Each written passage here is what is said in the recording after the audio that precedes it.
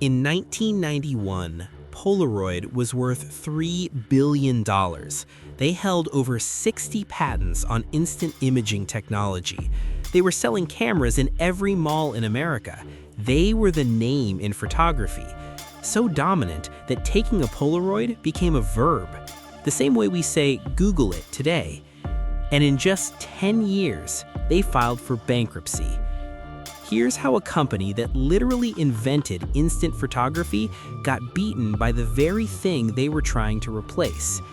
The story of Polaroid isn't just a sad corporate obituary, it's a warning. And honestly, it's a little eerie, because the mistake they made is the exact same mistake companies are making right now. It has a name. Economists call it the innovator's dilemma, but I'm going to tell it to you the way it actually happened, because the textbook version doesn't capture how avoidable this whole thing was. Polaroid didn't fail because they stopped innovating. They failed because they innovated for the wrong future.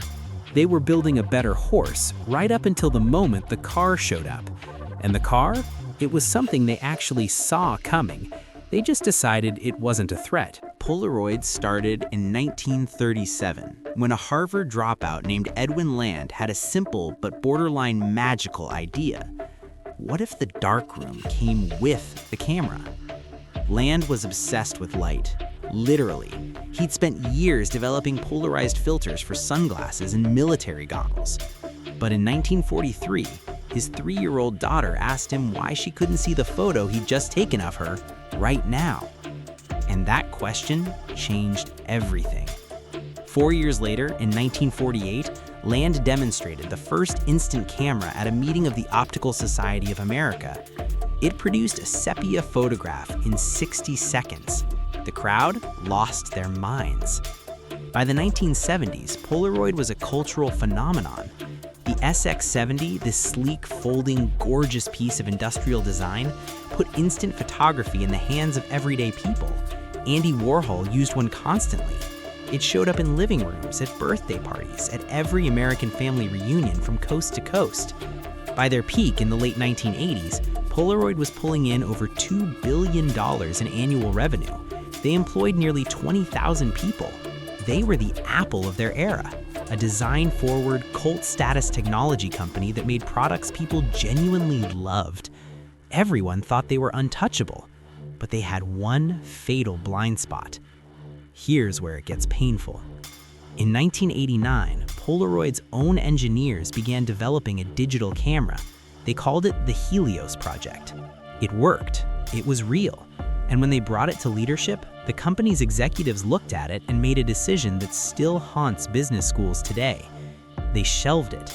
Not because the technology was bad, but because digital photography didn't use film, and Polaroid's entire business model, the thing that made them billions, was selling you the film pack.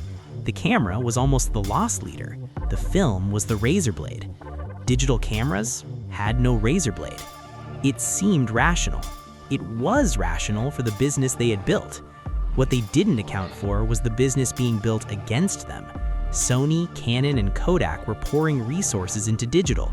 Consumer electronics were getting cheaper every 18 months. And an entire generation of people was about to decide that waiting 60 seconds for a photo and paying per shot was actually worse than waiting 0 seconds and paying nothing. Looking back, this is so obvious, but at the time, Polaroid was making $300 million a year just on film packs. When the quarterly numbers look that good, it takes extraordinary courage or extraordinary paranoia to burn your own business model before someone else does. They had neither. The 1990s were a slow bleed.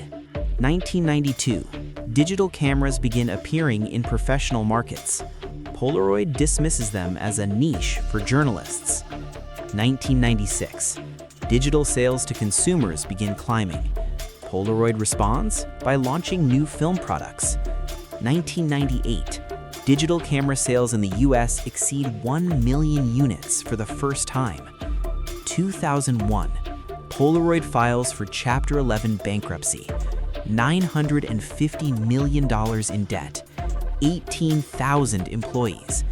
Gone. The brand got sold off like furniture at an estate sale. The name, the patents, the logo, all auctioned to a holding company for pennies on the dollar.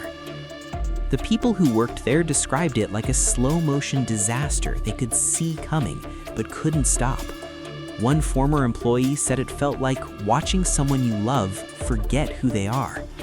By 2008, it was over in every meaningful sense. Polaroid announced it would stop making instant film entirely. The camera that beat 35mm film had been beaten by a camera with no film at all. Here's the insight I want you to walk away with. Polaroid didn't fail because they were lazy. They failed because they were optimizing for the world that had made them successful instead of preparing for the world that was coming. They saw digital photography. They built digital photography. Then they buried it because admitting it was the future meant admitting that their present was already dying. And that is hard.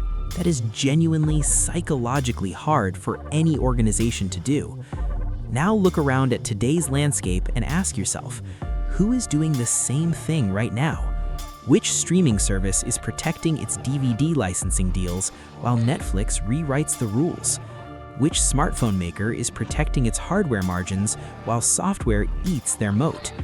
Which social platform is optimizing for engagement metrics while a quieter, weirder competitor builds the audience of the next decade?